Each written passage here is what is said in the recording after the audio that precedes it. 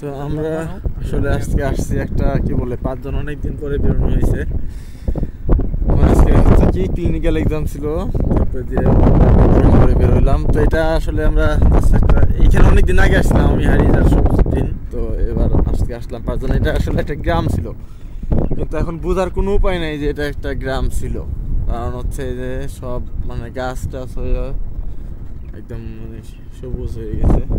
এখানে বোঝার উপায় আছে যে কিছু এখনো ইট পড়ে আছে এই আর কি। এখানে হয়তো ভবিষ্যতে অনেক বড় বড় বিল্ডিং হবে বা অন্য কিছু হবে। আসলে কি বলবো, জাপান, কোরিয়া, চায়না, এই তিনটা মানে এই দেশগুলোতে হচ্ছে ভূমিকম্পপ্রবণ দেশ, বা আর এই দেশগুলোতে আসলে পরিবর্তন এত তাড়াতাড়ি হয় যে এরা কোনো জিনিস গড়তেও সময় লাগে না, ভাঙতেও সময় নেয় না। এখন বোঝা যাচ্ছে যে এখানে একটা বাড়ি ছিল, এটা ভাঙতে পারে না, হয়তো ভাঙা হয় না, কারণ এদের বিদ্যুতের লাইনের সাথে যোগ করা আছে, সংযুক্ত। আসলে এদের ডেভেলপমেন্টগুলো এমন, আমরা যে কোনো একটা জিনিস ভাঙতে গেলে কত মানে আমাদের কত স্মৃতি, কত কাহিনী করতে হয়, কিন্তু এদের আসলে এত কি বলবো, এরা আসলে এত আবেগপ্রবণ জাতি না, এরা সময়ের সাথে সাথে সিদ্ধান্ত নেয় সব কিছু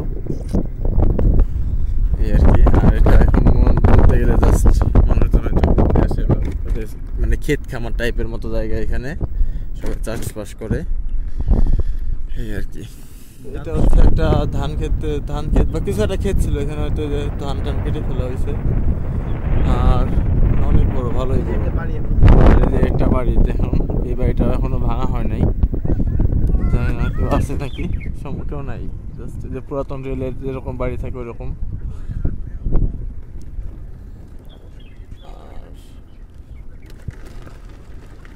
এখানেও ক্ষেতের আল আছে, কিন্তু কেউ কারো আলে কিন্তু কোদাল চালায় না, কারণ কোদাল চালানোর কোনো সুযোগ নেই।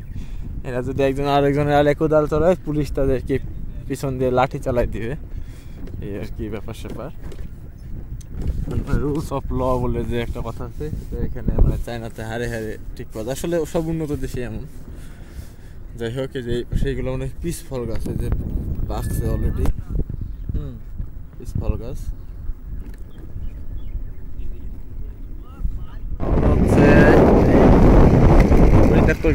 এখন মোটামুটি শহরের কাছে চলে আসছি, কিছুক্ষণ পরে চলে যাওয়াতে যে পাশে হচ্ছে কি নদীকে তারা কত সুন্দর করে রাখছে, যে হচ্ছে কি বলে, দুই পাশে হাঁটার ব্যবস্থা, অসাধারণ এক ব্যবস্থা।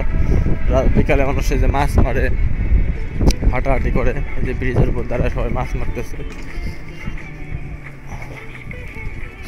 এখানে রানের মতো আছে, হাঁটাহাঁটির ব্যবস্থা। এখন আমাদের বাইক হচ্ছে নদী, ওই পাশে যে বড় বিল্ডিং ওইটা হচ্ছে সিটি সেন্টার। এই নদীর দুই পাশে দিয়ে সুন্দর হাঁটার ব্যবস্থা আছে। বিকালে মানুষ মাছও মারতেছে এই আর কি। আমরা এখন আস্তে আস্তে শহরের দিকে যাচ্ছি। আসলে এই রাস্তা দিয়ে আমরা 2019 সালে আসতাম, কারণ পাশে একটা এয়ারবেজ আছে, এখানে ঘুরতে আসতাম। তো আসলে অনেক দিন পরে 5 জন এদিকে আসা হয়েছে। আর যে ম্যাপ ধরে আসতাম, এখন তো ম্যাপ লাগে না, নিজেরাই আসতে পারি। আসলে ওই পাশের যে গ্রামগুলো ছিল, ভাঙা গ্রাম ছিল, ওইগুলাও আসলে কি বলবো, এরকম একসময় গ্রামের মতো ছিল। বাট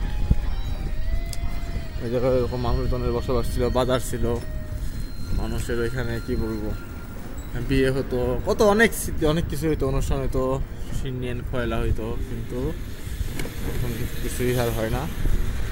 আসলে পৃথিবী এখন কিছু সুন্দর থাকে না, এখন মানুষের ওখানে গাছপালা স্থান করে নিয়ে গেছে। আসলে কি বলে, হুমায়ুন আহমেদ বলছিল পৃথিবীতে কোনো শূন্য স্থান পৃথিবী পছন্দ করে